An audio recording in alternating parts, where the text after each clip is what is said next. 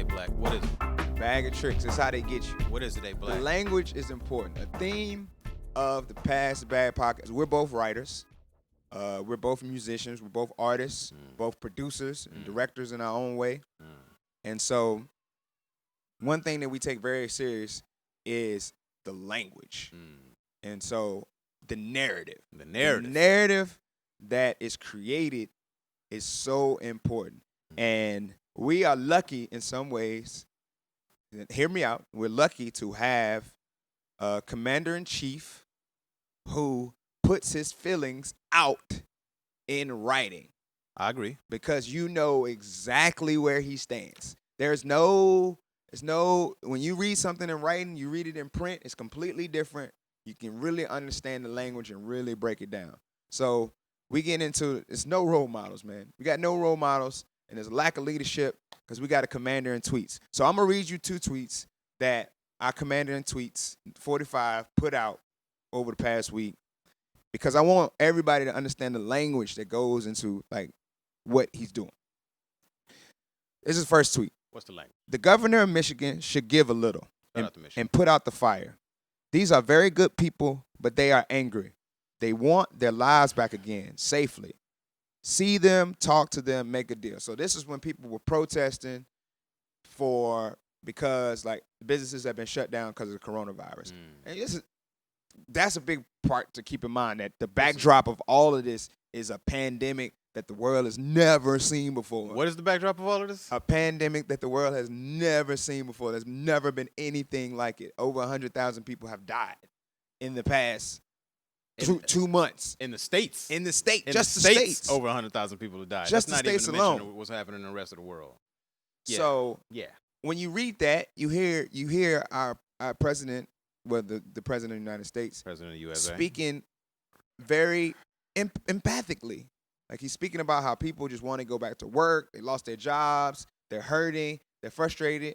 So I would venture to say that the people that in this situation don't look like you or I when he's making these type of tweets, right? I don't even read that deep into it, but I could see that being the case. But so now that people are in some ways rioting, looting, but still a lot of people, the majority of people are peaceful protesting. Right. The majority of people don't let the news fool you. Speak on it. The majority of people are protesting very peacefully. We don't need no sugar, A.black. Put it out. This is the tweet that came out a few days ago. These thugs are dishonoring the memory of George Floyd, and I won't let that happen. Thugs was in all caps. Just spoke to Governor Tim Walz, he's the governor of Minnesota, and told him that the military is with him all the way. It with him all the way. That's what it said. He can't write. Any difficulty, and we will assume control. We will assume control, but when the looting starts, the shooting starts. Thank you. So that was already crazy to me because the quote, when the looting starts, the shooting starts, was actually from the 1960s Miami race riots by this cat named Walter Headley who said that. And it was very, racial policies being enacted. If you don't know, Florida is almost as far south as you can get in the United States. Facts. Not only geographically. Actually, it is the southernmost. Florida does have the southernmost borders.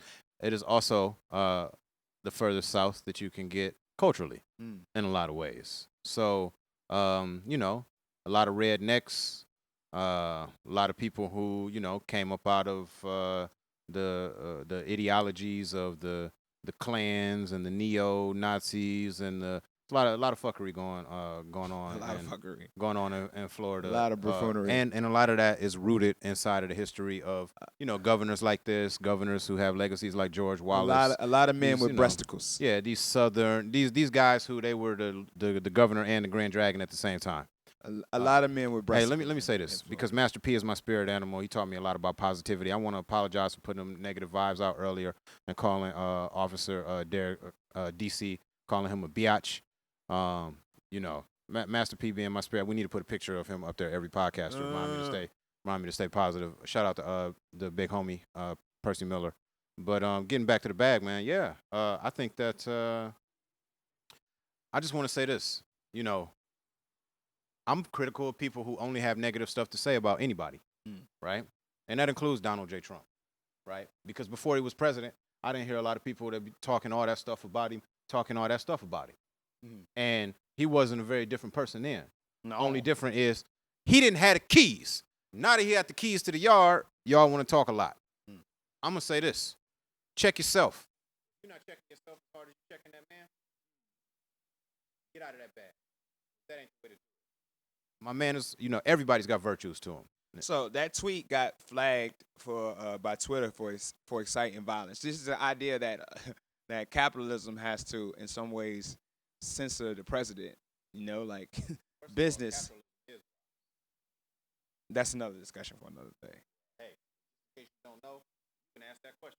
Yeah. I think capitalism is conflict. I would say capitalism is conflict. I wouldn't necessarily say it's violent. I'm going to say this. Because industry doesn't value health. Doesn't value, that is violence. I see where you're going. Hey. I don't know if I'm riding the same bus, but I can see what direction you're going in. We at the same stop. Right. Should our president be allowed to tweet whatever he likes? That's what they say? That's what they say. Should he be allowed to do whatever he likes? Should he be able to say? Should. All right, that's a great question because I'll follow up. There was because he's president, he's got like how the president has a red button. Not everybody can press that red button. Right. So can he do red button tweets? That's the thing. So should he be? I mean, anybody with common sense can see that the man is slightly delusional. So I would. Narcissism is a type of mental illness. Narcissism is a type of mental illness. It's I fact. think it's important for us to have empathy for the fact that anybody who's suffering from narcissistic personality disorder. Would you say he's a nonviolent psychopath? Would I say he's no, I would say he's violent. Okay. Yeah. Respect.